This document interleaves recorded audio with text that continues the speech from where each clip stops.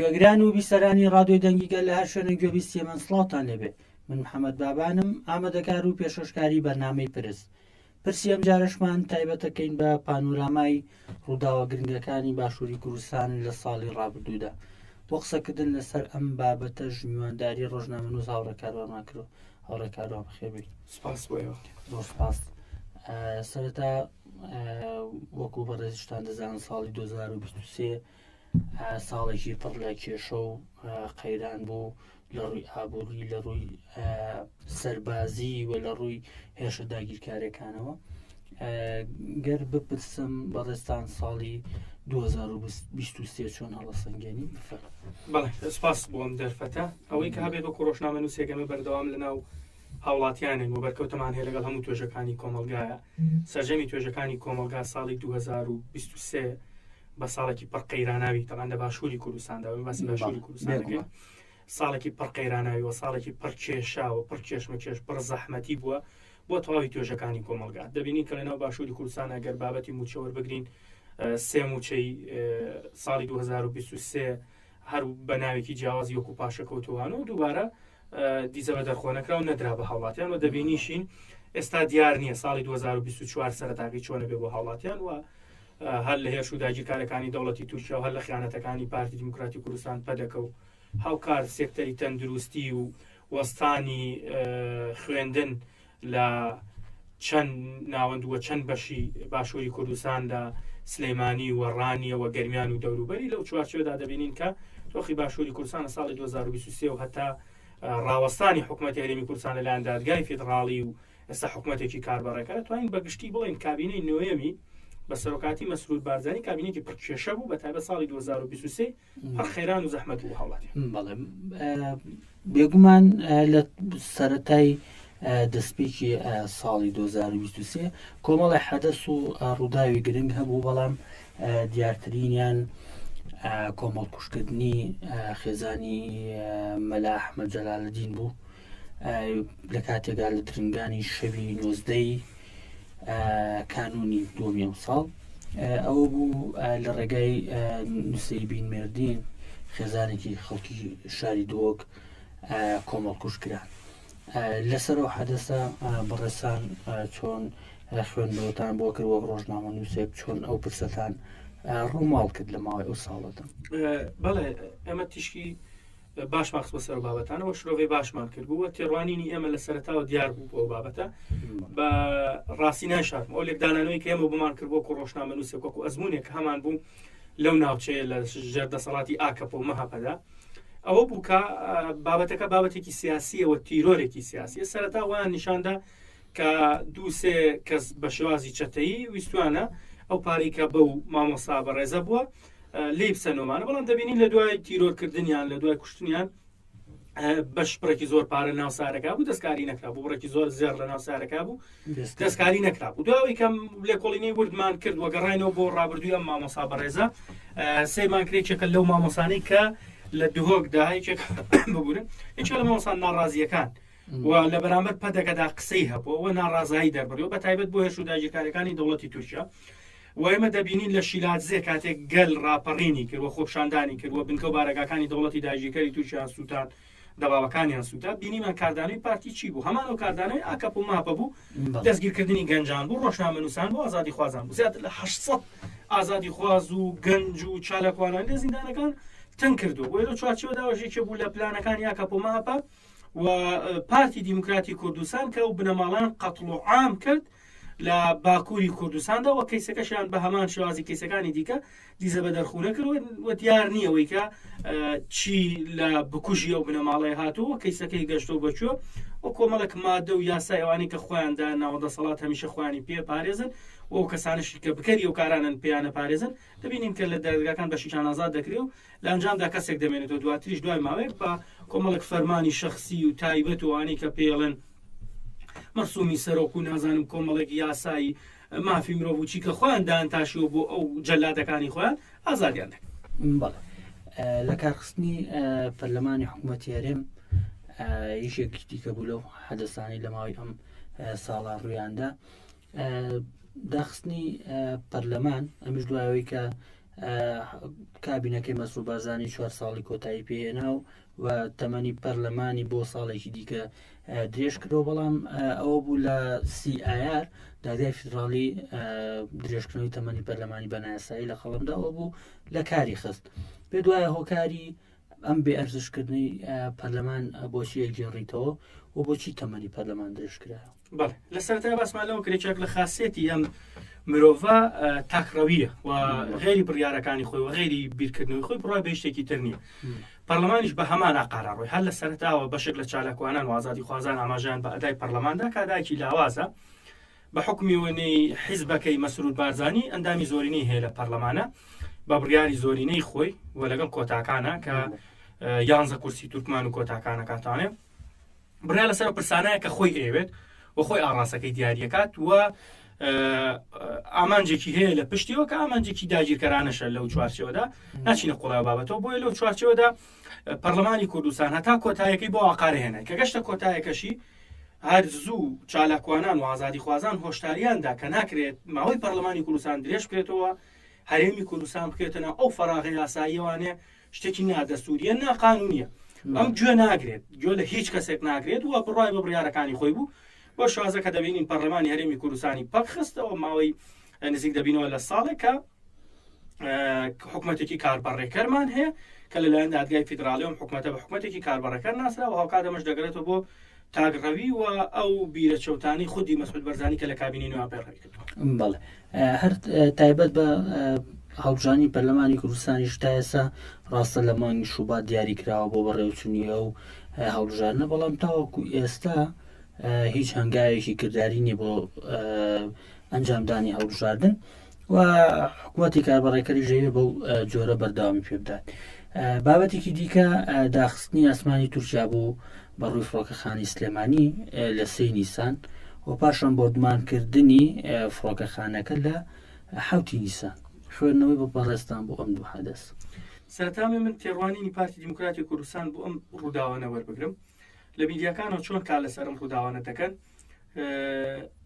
وەک پێم وتیت شکستی ئەم حکوومەتە ئەمان بە شکستی خوانی نابینین و کاتێککە حکومە لە شوێنێکدا شکست دێنێت ئەمان خوانی لێبێبەریەکە بردومانکردنی فڕۆکەخانەی سلێمانی و داخستنی بۆ ماوەی 3 مانگ و دوای درێژکردنەوەی هەتا لە ڕۆژی ڕابردوودا کە تا مانگی 6 2024 درێژ کراوەتوانێت پارتی و میدیاکانی بۆ شوازە کاریان لەسەر کرد کە ئەمە هیچ پەیوەندی بەوانەوە نییە کە ئەمە بڕیارێکی حکوومەتی تورکیا و یەکێتی نیشتمانی کوردستان لی بەپرسە لە کاتێکا کامان حکوومەتە ئەتوانی لە ڕێی وەزیری دەرەوە لە ڕێی پەرلەمانەوە لە ڕێی کۆمەڵێک ڕێکاری دیکە و سەرۆکی حکوومەتی هەرێمی کوردستان ڕێگە نەدا بە داخستنی فڕۆکەخانی سلێمانی ئاسمانی فڕۆکەخانی سلێمانی تورکیا بەڵام ئەمان پێشی خۆشحاڵ بوون و بە دەستکەوتی شان بینی ئەنو چونکە سلێمانی گوێ لێمە نەگرتووە سلێمانی هەمان بڕیارێمە جێبەجێ نەکرۆ دیارە جێبەجێکردنی بڕیارێوان گوێ لە مشتبوونی دەوڵەتی داگیرکەری تورکیا و ئەوەی کە دەوڵەتی داگیرکەری تورکیا بە شێوازێک باسەکان لە هیچ کوێیەکی دنیاە گوێ نابێتوانێت پێویستە هەموو کەسانی کە گەشت دەکەن لەژێر چاودێری دەوڵەتی داگیرکەری تورکیا لە فڕۆکەخانەکەەوە گەشت بکەن و بزانین کێ دێتە نێو فڕۆکەخانە و کێ ئەڕوا لەو فڕۆکەخانەوانە کەمە لە هیچ کوێی دنیامە قبول تەنان شتێکێ لە ناو کوردواریا لە مۆزەمبیق تەنان لە مۆزەمبیقیشەمە قبول کراونی بەڵام ببینین کە هەولێر بۆ شێوازی کە تەسلیمی دەوڵەتی داگیرکەری تورکیا کرا هەمان شتیانە خواست و بردومانکردنەکەشی هەر لەو چوارچێوەیە خۆی بینێتەوە دەوڵەتی داگیرکەری تورکیا باوکاری پارتی دیموکراتی کوردستان کە شاندێکی دژەتیرۆر و ڕۆژاوای کوردستان لە سلەیمانی بوون و لەو فڕۆکەخانەکە بوون بە سەرپەرشتیاری بەڕێز مەسلوم عەبدی دیارەوە کردەوەیکی تیرۆریستی بووە هێرشێکی تەواو ناڕەوا بوو چکە فڕۆکەخانی سلێمانی لەژێر سوڵتەی عێراقیدا و هاوکاتێکەکە لە فڕۆکەخانە نێودەوڵەتیەکان کە کاروباری خۆی جێبەجێکات لەو چوارچێوەدا دەبینین کە وەک بەشێک لە چالاکوان و ئازادی خوازان باسلەوە دەکەن سلێمانی باجیەوە دەدات کە بە مێژوو تا ئێستاشی لەگەڵا بێت هەرگیز داگیرکەرەی و نۆکەراتی قبوڵ نەکردووە داگیرکەراتی ڕەتەکاتەوە دژی زوڵم و ستەم و داگیرکەران وەستاوەتوانێت و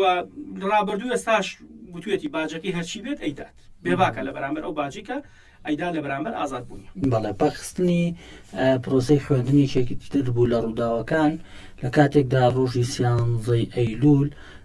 زەنگی خوێندنی لێدراوە بوو بینیمان مامۆسایان لە پارێزگای سلێمانی و هەڵەبجە و ئیدارەی گەرمیان و کۆی سەر بە پارێزگای هەولێریش بایکۆتی پرۆسی خوێندنیان کردووە 3 مانگ زیاتر شتێ پەڕێ تا ئێستا بایکۆت بەرداوامە و خوێندن دەستی پێ نەکردووە مامۆستایانیش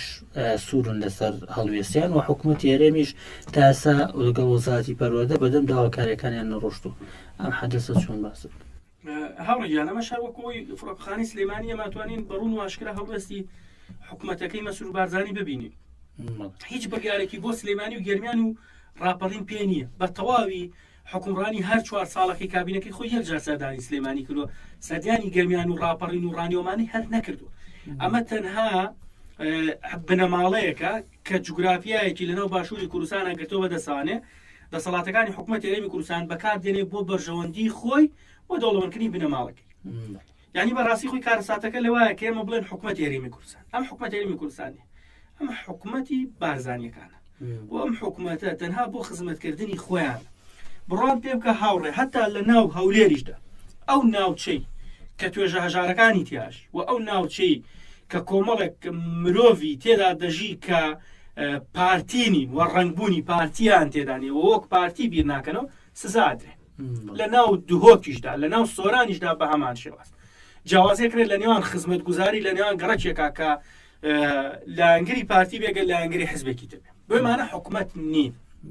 ئەمانە حکوومەت کاتێ پێوترێ حکوومەت کە لە خزمەتی هەموو هاوڵاتیانە بێ پێچی ئەڵاسی هەموو توێژەکانی کۆمەلگا خزمەکە بەڵام ئەمان بەو شێوازەنی بیریەوانوانە بۆ نمونەوە تا زیاتر لە 3 مانگە کاتی پەروەردە لە گەرمیان و ڕانی و سلێمانی و هەتا کۆش کەسە بە هەولێرە ڕاگیرە بەڵاممان بێباکن بۆ لەبەرەوەی بنەماڵی خوانەوەی خوانەوانی کە لە چواردەری خوانن زانکۆی تایبەت خوێندرگای تایبەتیان بۆ کراوەوە نێرنە دەرەوە لێرە خوێنن بۆ لەبەرەوە باچیان پێینە کاتە توانین بڵێن ئەمانە حکوومەت نین ئەگەر حکوومەت بوونە ئەگەر کار بەدەست بوونە ئێستاکە نەک ماوەی کابینەکان درێژە کردەوە دەستیان لە کار کێشا بوو بە جملەیەکی پەتی کوردی سەرلوتی خۆیان ڕەش کرده بوو ئەم نیشتیمانیان مەجێشت بەڵێ تیرۆری حسێن ئارەسان لە شاری سلێمانی لە چوارچێوەی بە ئامانجگرتنی وڵات پارێزان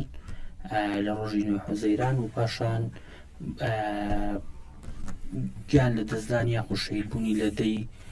حوزەیران ئەم بابەتە چۆن خوێندنەوەی بۆ بکەین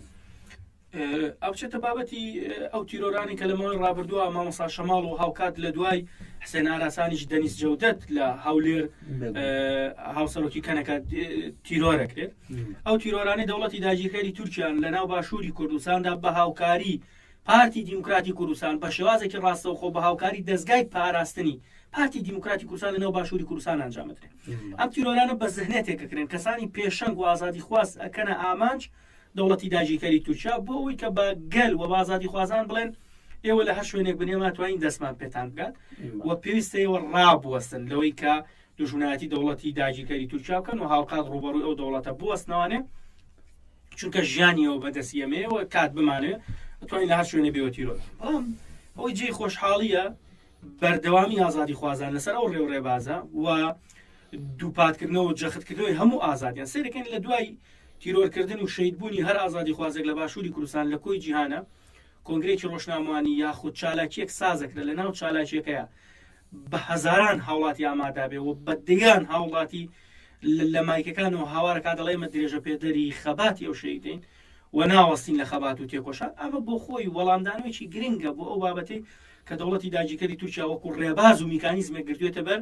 بۆی کۆتایی بە بیری ئازادی خوازی بە فکری ئازادی خوازی بێنێ بە جوداخوازی بێنێت چکە پارتی دیموکراتی کوردستانیش لەو چوارچوار پێی هەزم ناکرێت ئەمانە هەموویەچێتە ئەو بابەتەوە کە پێڵەن شەڕی تایبەتی دەوڵەتی داگیرکاری تورکیا بە هاوکاری پارتی دیموکراتی کوردستان بەڵام خۆشبەختانە نە دەوڵەتی داگیرکاری تورکیا و نە پارتیش بە دەستگیرکردنی و هەموو ئازادی خوازانە لە دۆک نەیتوانێت بۆ ئاماژە بکات. بەڵێ سەردانیاکان فیدان بۆ لای سێبارزانەکە و باسکردنی پرسی ئەمنی ڕوبەڕووبوونەوەی یاخود ژایەتیکردنی پاتریکەکارانی کوردستان و لەو چوارچێوەشدا داڕشتنەوەی پلانێک بۆ هەڵبژاردنەکانی کەرکووک هاوڕێمە قەتماخی برینێک هەڵەداتەوانێت کە بە درێژایی مێژوو بگەڕێ حزبێک پارتێک نادۆزیتەوانێت بە ئەندازەی پارتی دیموکراتی کوردستان بئەخلاق بوو بابەتی بئەخلاقی بەمانە بئەخلاقی سیاسی پارتێکی کوردیە بەناو کوردیە نازانین ینی بەڕاستی مرۆڤ شۆکەمێنە سەرسامە بێنەوە بێ دەستی دەوڵەتێکی داگیرکەر بگرێت کە بە درێژای 100 ساڵە بە شێوازی جۆراوجۆر بۆ بەکارهێنانی چەکی کیمیایی بە گازی کوشندە بە چەکی ئەتۆمی تاکتیکی و هەروەها بە کۆمەڵک چەکی دیکە کۆمەڵکوژی گەلی کوردەکە لە باکووری کوردستان بە چەکی فسۆر لە ڕۆژئاوای کوردستان لە باشووری کوردستان بە فڕۆکەی بێفڕۆکەوان و تۆپی دوورمەودا و ئەنواع شێواز ساڵانە بە سەدان هاوڵاتی مەدەنی شەی دەبن دێ دەستی ئەم دەوڵەتە داگیرکەرە دێنێ و دەیگرێ زەخت لە حکوومەتی عێراقی دەکات کە پەکەکە بکاتە لیستی ڕێکخراوە قەدەغەکراوەکانەوە لیستی ڕێکخراوەتی ڕۆسیەکانەوە مرۆڤ کاتێ لەمە ڕایان بینێت ینی ببورن بۆ بینەران کە موشێ بەکارێنن بەڵام بێئەخلاقی ئەم ئەحزابە سیاسەت بۆ دەرەکرد کە لە چ ئاستێکدایە مۆڕاڵی ئەم هێزە سیاسەت لە چ ئاستێکدایە کە بۆ شێوازە کار بۆ دوژمن و داگیرکەرانەکات تەبەنەوەی کە نوێنەرایەتی وەزارەتی دەرەوەی تورکیا کە هاکان فیدان ئەوە شتێکی ڕەمزیە هاکان فیدان دەستی سوورە بە خوێنی هەزاران مرۆڤی کورد دەستی سوورە بە سەدان کۆمەڵکوژی گەلی کورد لە هەر چوار پارچەی کوردستان بەبێ جیاواز ئەمازانیەوە سەرۆکی میتە ئێستاشی لەگەڵا بێت سەرۆکی میتە بۆی فەرمی بوونێ وەربگرێ بۆی لە ناوەندە جیهانیەکاندا وەکو پێشوازێکی لێ بکرێت بە وەزیری دەرەوەی تورکیا دیاریکرێت ئەگەر ناوە سەرۆکی ئەوە ڕاستپێردەری یەکەمی کۆمەڵکوژی گەلی کوردە لە هەر چوار پارچەی کوردستان و لە کۆی جیهاندا کۆمەڵکوژی دووەمی پاریس کە ڕوویدا بە ئاشکرا بە سەرۆکاتی هاکان فیدان و بەڕۆبردنی هاکان فیدان ئەو کارە جێبەجێکراوە ئەم دەبینیت پێشوازی لەم جەلادا کات وە چۆن پێشوازی لێکاوە گرتە ڤیدۆکان هەیە کە بەڕوون و ئاشکراڵە چەند خۆشحاڵین بە هاتنی هاکان فیدان هەر بۆ خۆی بەکارهێنانی ئەم جوملانە ینی مرۆڤ قێزی لێکاتەوان ینی مرۆڤ بیرەکاتەوە کە حسابەت چەند لە داگیرکەری و چەند لە نۆکەراتیکردن بۆ بێگانە داڕزیەوە بۆی لەبەرەوە لەو چوارچێوەدا ئەویشە چێتە بابەتی خزمەتکردن بە دوژمن و داگیرکەران و ئەو توانەوەی پارتی دیموکراتی کوردستانە لە ناو زەلکاوی داگیرکەراندا کە دیار نییە ئالی دەربێت یاخود لی دەرنێ بە پێیەوەی کە بۆ شێوازە دەبینین توانێت زەحمەتە پارتی دیموکراتی کوردستان بۆ سانەیەکیش بێ توانێت لە مێژوو خۆیدا لەو زەرکاوی کە تی کەوتووە کە چۆتە خزمەتی نۆکەران و داگیرکەران نۆکەراتێکا بە داگیرکەران بێت بەڵێ یەکێک لە پلانەکان یاخود ئەو پلانی کە لە چوارچێوەی ئەم سەردانی هاکان فیدان بۆ لای بازانەکان پەرتکردنی یەکڕیزی کوردان بوو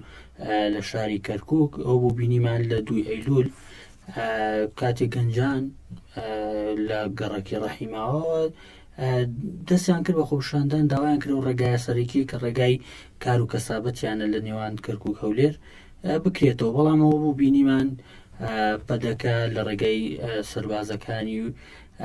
یاخود چەکدارەکانی لە ناو شاری کەرکووک هەوڵی بەلا ڕێدا بدنی ئەو خۆپشاندانیاندا و بوو بینیمان کۆمەڵێک گەنج خوێنیان ڕژە ئەم پرسە چۆن بخوێن هەر خۆی کاتی هاکان فیدان دێتە هەرێمی کوردستان و سەردانی کەرکووکە کالە چوارچوە دەبینین بە یەک جا لەگەڵ هەموو بەرە تورکمانەکاندا دانیشە و کۆ بێتوانێ بەڵام هەر خودی بینینی بنەماڵی بارزانی نێچیرەوان بارزانی بەجیابینێ مەسعود بارزانی بەجیابینێ مەسعود بارزانی بەجیابینێ قبولی ئەوە ناکە کە سێ کورد لەسەر مێزێک کۆک ببنەوانێ کە هیەک بنەماڵن کە حەسیکیان نۆکەری دەوڵەتی داگیرکەری تورکیان تەنانەت کوردێکی نۆکەریشی قبول نییە کە پێکەوە بن کوردێکی نۆکەر قبولەکە کە تەفرەقە بێ و دووبەرەکی وە پەرد بوو بێت بەو شێوازەی کە خۆی قبولێت پلانەکانی هاکان فیدان بۆ باشووری سەردانەکەی بۆ باشوور و پلانەکانی زۆر بوون یەک لەوانەی کە پێشتر باسمان کرد کاری بۆ کرد پەکەکە پارتی کرێکارانی کوردستان بخاتە ناو لیستی تیرۆرانە یەکێکی دیکە پەرکردنی ماڵی کورد بوو یەکێکی دیکە بوو کە لە هەڵبژاردنەکانی کەرکووک ئەنجومەنی پارێزگاکان بەتایبەت لە کەرکووکا پشێوی بنێتوانە چەندین ڕێگای بەکارهێنا هەر لەوەی کە لە دادگای فیدراڵی لە ڕێی تورکمانەکانەوە داوای تۆمار کرد کە هەڵبژاردنەکان دوا بخرێ لە ڕێی چەکدارەکانی پەدەکەەوە لە کەرکووک و پشێوەی دروست کرد و 4 گەنجی ئەو شارە بوون بە قوربانی بەداخەوانە چەندین پشێوی دیکەی دروست کرد بەڵام هۆشاری گەر لێرەدا وەڵامێکی زۆر جدی داوانێ بۆ پلانانی دەوڵەتی داگیرکەری تورکیا کە پارتی دیموکراتی کوردستان سەپۆرتی ئەوەیە کرد و ڕێخەری و کاری ئەو چالاکیانی کە تووشیا داڕشتە بوو لە ناو باشووری کوردستان و بەتایبەت کەرکووکینە کرد ئەوما بینی دادگای فیدراڵی لەوێ مینەکەی ڕەتکردنەوەوانێ ئەو داوای کە تۆماریان کردبوو و هۆشیاری گەل یەکسەر خۆپشاندانەکان کۆتایی پێنراوەستان و بە شازێکی مەدەنیانە داوای مافی خۆیان کرد هەم لە حکوومەتی عێراقی و هەم لە هەرێمی کوردستان و هاوکات لە ڕۆژی هەڵبژاردنەکانیشە بینیمە کە چۆن بە گۆڕچوونە سەر سندوقەکانی دەنگدان گەلی کورد لە پارێزگای کەرکووک چۆن وەڵامی دەوڵەتی داگیرکەری تووشیاداوە وەڵامی پارتیداوە کورتبوونی کەرکووکی سەرمان بۆدمانی فڕۆخانی عربەت لە 18 ئەیلول بیرمان فڕۆکەخانەی کشتتوکاڵی ئاربەت لە سنوور بارزگای سلێمانی بۆدمان کرا و سێ پێشمەرگەی دژە تیرۆری کوردستان شەید نووسایی دیکەش بریندار بوون. پێ دوایە ئەمەیان بۆ ینی تورکیا فڕۆکەخانێکی مەدەنی بۆدمان دەکات. تورکیا نەک فڕۆکەخانێکی مەدەنی، تورکیا مزگەوت بۆردومانەکە، تورکیا ماڵی مەدەنی بۆردومانەکە، دووشە زیاتر لە 400 گوندی لەسەر سنوورەکانی باشووری کوردستان لە ڕێگای بۆردومانەوە چۆڵ کردووە. ئەم هێزێکی داگیرکەرە بە هەموو شوازە کارەکات بۆ ئەوەی گەلی کورد لە هەر چوار پارچەی کوردستان بتوێنێت. بەڕوون و ئاشکرایی هەمیشە وتوێتی ئەگەر خێمەیەک بۆ کورد لەسەر مانکە بێت ئێمە ئەوەسین و ئەیسووتێنین، دژی و خێمەوەسین و ئەیسووتێنین. بۆیە بیر و زەهنێتی دەوڵەتی داگیرکەری تورکیا زەهنێتێکی فاشستیە لەسەر کۆمەڵکوژی نەکگەلی کورد، گەلانی تریش بنیادنراوە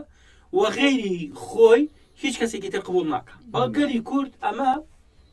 قوڵتر بۆ تۆ چکە لە ناوچەکە گەلێکە بەرکەوتنی زیاتری هەیە و گەلێکە دژی ئەو فاشیزمە وەستاوەتوانێ. بۆیە هەمیشە دێڕێکی هەیە ئەڵێ کوردی باشە و کوردیەکە مردووە، باتە کورد بە قبول ناکە. تەنانەت خودی پارتی دیموکراتی کوردستانیشی قبول نییە بەو زەلیلیە بەو نۆکەرایەتیە کە بۆیەکات ڕەتیەکاتوان. بۆی لەو چوارچێوەیە شەڕی تایبەتەکە کۆمەڵکوژی بەکار کۆمەڵکوژیەکە چەکی خەدەغەکراوە بەکارێنێ لە ڕێگەی فڕۆکەی بێفڕۆکانەوە ئەبینین ساڵانە چۆن شاخ و دارستان و ژینگەکانی هەرێمی کوردستان بۆردومانەکە و ساڵانە بە سەدان هاوڵاتی مەدەنی شەهید دەبن. لەم چوارچێوەشە هێرشی سەر فڕۆکەخانەی ئاربەت ئەنجامەدان. پێشتر ئاماژەم پێدا بوو یەک لە ئەنجامدانی ئەم هێرشانە چییە؟ ئەوەیە کە ئەڵە ئێوە لە هەر کوێک بن من دەستم پێتانەکات، تۆ لە عاربەت بی لە سلێمانی بی لە دۆبی هەتا شێتکردنی مامەسا شەماڵ لە گەرمیان لە ناو کەلاردا. ئەمە بۆ خۆی ئەوێم پەیامە بدات لە هەر کوێک تۆ ئازادی خوازەبی من دەستم پێ دەکات، وەک شەڕێکی دەرونی وەک ترسێک لە ناو ئازادی خوازانە دروستی بکات. پەیامی دووهەمی ئەوەیە کە پەیامێکی سیاسیە بە تایبەت بۆ سلێمانی و بۆ یەنەکە کە پێی بڵێ گەر چکە لە دوای بۆردومانەکە ڕوونکردنەوەی داوە وتی لەبەروی هێزێکی پارتی کرێکارانی کوردستان لە فڕۆکەخانەکە بوون کە حکوومەتی عێراقی خۆی لێکۆڵینەوەی کردووە بە فەرمی وەڵامی داکەوتی هیچ هێزێکی دیکە غێری هێزەکانی نیشتمانی کوردستان و دژە تیرۆر لە ناو فڕۆکەخانەی سلێمانیدا نەبوو و فڕۆکەخانەی عاربەتدا نەبوون. بۆیە پامێکی سیاسی بوو بۆ سلێمانی و بۆ یەکێتی نیشتیمانی کوردستان کە بڵێ گەر تۆ هاوکاری پارتی کرێکارانی کوردستان پەکەکە بکەیت ئەوە من بەم شوازە مامەڵەت لەگەڵاکەم. ئاسمانی تووشا داخە بەسەر فڕۆکەخانەی سلێمانی بۆردومانی فڕۆکەخانەکانەکە. بەڵام بەڕست باوڵ تاڵەبانی لە دیمانێکدا جواب بداتوانێت ئەڵە کە سێ هاوڕێی من شەهید دەبن لەو فڕۆکەخانە هیچ هێزێکی تری تیانە بۆ غێری و هێزانە نەبێت. بۆ خۆشی ڕایگەێنێت کە ئەمانە ناتوانین کێشەکانی گەلی کورد چارەسەر بکەین. ئێمەگە 3 و 2 و 100 هاوڕێی دیکەشمان شەهید بێت ئێمە لە بەرخۆدان و تێکۆشانمان بۆ ئازادی بەردەوامە بین و هاوکاریکردنی یەکێتی نیشتیمانی کوردستانیش بۆ ڕۆژئاوای کوردستان بەردەوامە بێت، چونکە ڕۆژئاوای کوردستانیش هاوکاری باشووری کوردستانیشەکە و ڕۆژهەڵاتی کوردستانیش کاتێک باشوور لێ قەومێ و سنگی بۆ کاتوانێ. بۆیە بۆ زێنێتە کارەکە کە چوارپارچەی کوردستانی یەک بەشە دوژمن دایبڕێنراوە. بۆیە دەبینین لە چوارچەوەی ئەو دوو پەیامە خۆی بینێت، بەڵام هیچ یەک لە ئامانجەکانی نەپێک. بڵێ لە ماوەی ئەم ساڵەیە دەستگای دژە تیرۆری پەدەکە خراپترین ڕۆڵی گێڕا. زۆربەی ئەو بۆدمانانەی کە دەوڵەتی داگیرکەری تورک هاوڵاتیانی مەدەنیە کردە ئامانج ئەو وەکو گەریلای پەکەکە ناوێنا، بەڵام دوجار دەرەکەوت ڕوونە بۆ کە هاوڵاتیانی مەدەنین. لەو چوارچێوێشدا لە مەخموور ساڵی ڕابردوو ساڵێکی خوێناوی بوو و کۆمەڵێکی زۆر لە هاوڵاتیانی مەدەنی لە مەخموور بوونە قوربانی. بەڵام یەکیان وەک نمونە گەنجێک بوو بە ناوی دلۆڤانی شلیک کە شۆفێری ئۆتۆمبیلێک بوو لە ڕێگای کانی کەندی سەر ڕێگای سەر بە شارەچکەی کۆیە بۆردمان کرا و ئەوەی بۆ خۆی شەهید بوونی. ئەم بابەتە بۆ دەستگای دژە تیرۆری پەدەکە ئەم شێوازە مامەڵەکردنە لەگەڵ ئەم کەیسانەیە بوو. بەڵە هاوڕێ لەوە چێ ئەمە ئەکادیمی نەبێت کە بۆ من حەزەکەم بڵێن چالاکوانێکی سیاسی یان بڵێن ئازادی خوازێکم قسەی کردەوە ڕۆژنامەنووسێک لەو چێم ئەکادیمی نەبێ بوو من، بەڵام بەڕاستی ڕاشکاوە بم من نەیڵێم ناتوانین بڵێن دەستگای پاراستنی پارتی دیموکراتی کوردستانیان ئاسایشی هەرێمی کوردستان و شتێکی لەو بابەتە نیە. توانین بڵێن لەقی دوی میت لە هەولێرە بۆ واکات. ئەو راپۆرتانی کە نووسێت هەمووی میتێ نووسێت و هەمووی بە زانێتێکی ئاکەپە و مەهاپەیە نووسێت چوارچێوی شەڕی تایبەتی شایە تا بێگومان ئێمە دەبینین ینی دەستگاکە دەستگاکی استیخباراتیە ئەمە خۆی لەکێ شەرمە بۆ دەستگایەکی استیخباراتی لە ساڵێکە 50 راپۆرتی هەڵە بدات هەر بردومانە بێت ئەڵێ گەریلاکانی هەپەکەی هەر بردومانە بێت دوای 2 ڕۆژ 3 ڕۆژ دەرەکەوێت لێکۆڵینەوە کەسێکە هاوڵاتی مەدەنین خەڵکی مەدەنین خەڵکی ئاساین مرۆڤی ئاساین سیرەکەی لە ساڵێکا 50 راپۆرت تۆ دەستگایکی استیخباراتی هەر تەواو پێ دەستگای هەڵبووە شێتوانێ ئەم هەموو بردومانەکرێت لە باشووری کوردستانە تۆ نازانیت کێپیەوە بوو کاتە تۆ چ دەستگایەکی استیخباراتی باسی پاراستنی ئاسایشی هەریەم و کەرامەتی مرۆڤ چۆن نەتوانیت لە دهۆکە لە نێو دهۆکە بردومانی دەوڵەتی دایکەری تورکیا بێت هاوڵاتی مەدەنی و شوانکارە پێوە بێت دەڵێ هێزەکانی گەریلا پێوە بێت کە لەژێر دەسەڵاتی خۆیانە کاتەمە هەر خۆی خودی خۆی شەرمە بۆ ئەو هێزەکە بە ناوێکی دەستگای استیخباراتیوانەوە راپۆرتی لەو شێوازە دووهەم ئەوە ڕاستە و ڕاست لقی دووی میتە کە بۆ شێوازە کارەکات و لەلایەن میتەوە دەستگایە بەڕێوا بێت کاری بەس بۆ ئەوەیە ئازادی خوازان تیرۆر بکات و کاری ئەوەیە کە بۆ شێوازە شەڕی دەرونی و تایبەت لەگەڵ هاوڵاتیان لە هەرێمی کوردستانە بکات هیچ شتێکی تر نییە بەدەرڵەوە بڵێ گەرباز لە دوای ڕوودا بکەین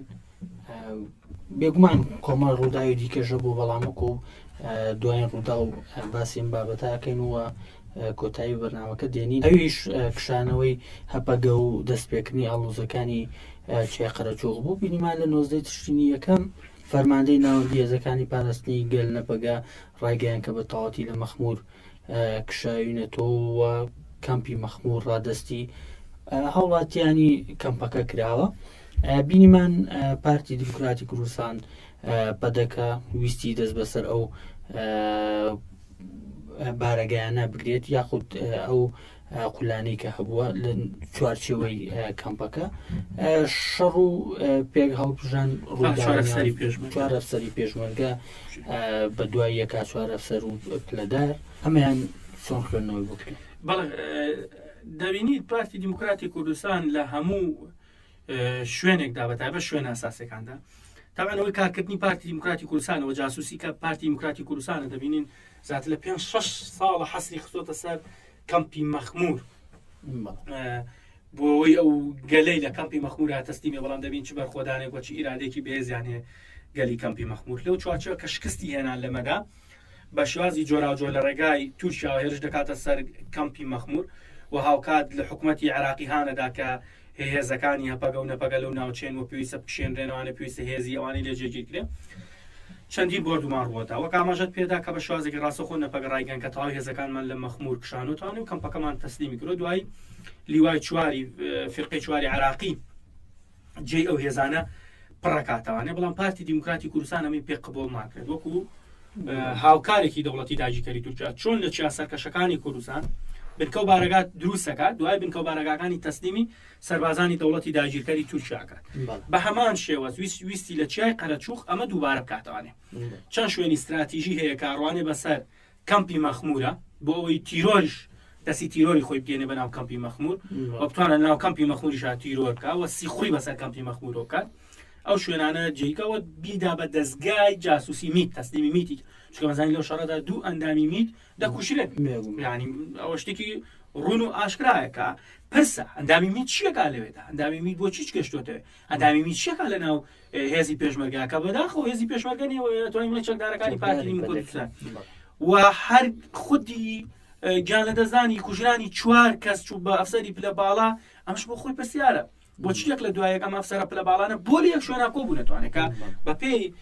جوڵەی سەربازی و شێوازی سەربازی کە شتێکی ناتەن دروستە کە ناکرێت 4 ئەفسەری پلە باڵا لە یەک شوێنە بن وە لە ماوەی 20 دقە تەقەکردنا 4 ئەفسەری پلە باڵاکە هەر یەک لەو ئەفسەرانە کاکە زیاتر لە 1000 سەربازی لەگەڵا بێ هێزی چەکداری لەژێر دەسابێ بۆ خۆشی پرسیارەکە لەوە چە تەسفیەک بێ لە ناو پارتی دیموکراتی کوردستانە لەو چوارچێوەیەدا بە هاوکاری گەلی مەخمور کە خوان قبولیان نەکرد و هاوکات هێزەکانی عێراقیش کە قبولی ناکەن چکە کار لەسەرەوە کراوە لە پەرلەمانی شۆ بڕیار دراوە کە هێزەکانی دەوڵەتی داگیرکەری تورکیا پێویستە لە ناو خاکی باشووری کوردستان و عێراقدا بچنە دەروانێ بۆیە پارتی بە هەمان بیری پاراستنی دەوڵەتی داگیرکەری تورکیا و هاوکاریکردنی ویستی لەوێشدا بە هەمان شێوازکە بەڵام سەرکەوتوونەوە بەڵێ بێگومان ڕووداوەکان زۆر بوون لەم ساڵدا بەڵام وەکو ڕۆژنامە نووسێک بە ئەوەشمان لە یاد نەچێ هەم دوپەیام وەربرمەوە باز لە ڕەوشی ڕۆژنامە نووسیش بکەیم زۆر بە کورتی لە ماوەی ئەم ساڵەدا. هیواخوازم کە ساڵی 2024 ساڵی گەشتن بێ بە ئامانجەکانمان وەکو گەلی کورد حتممە نەویش کە تێکۆشانیوێت هەریوا خواستن نابێت بە تێکۆشانیش بەردەوامی هەیە بۆ گەشتن بە ئامانج و بە دۆزەڕەوەکانی گەلی کورد دۆخی ڕۆژنامە نووسان ئەوەیە کە دەیبین گیراوانی بادینان وە لە دوایی شیاندا سلێمان ئەحمەد ئەوە زیاتر لە 2 مانگە کەس نازانێت تەنها یەک راپۆرتی ئاسایشی دووەکەیە کاڵە لای ئێمە دوایەوەی کە بۆ سەردانی خانەوادەکە چێتەوە بۆ پرسەی باوکێ چێتوانێ ئەگەرێتەوە لە دەواازەی پیشخابورە فرێنرێت دوای 2 مانگ تا یاساکە دیارنێ کە بەپی هەموو یاساکان لە حکوومەتی عێراقی و لە حکوومەتی هەرێمی کوردستانیشە پێویستە لە دوای 28 ڕۆژ چارەنووسی هەر گیراوێک کە دەستگیر کراوە ڕوون بکرێتەوە کە سلێمان ئەحمەد جارێکە هەر خۆی نایاسایی مامەڵی لەگەڵاکراوە دەستگیر نەکراوە ڕفێنراوە و دوای 2 مانگیش تاسە کەس نازانێت لەکوێ بەپی هەموو یاساکان پێویستە دوای 28 ڕۆژ چارەنووسی دیاری بکرێەوە دادوەر ببینێ و مافی بینینی پارێزەری هەبێت هەموو شتێک بەڵام دەبینین کەوە دۆخی ڕۆژنامە نووسە لەنێو پاشووی کوردستان. بەڵێ بۆ هیواین ساڵی ئایندە ئەو ڕووداوانی ساڵی ڕابردوو تێپەڕێنین و تا ڕادێ بگەینە ئەو ئاوات و ئامانجانی کە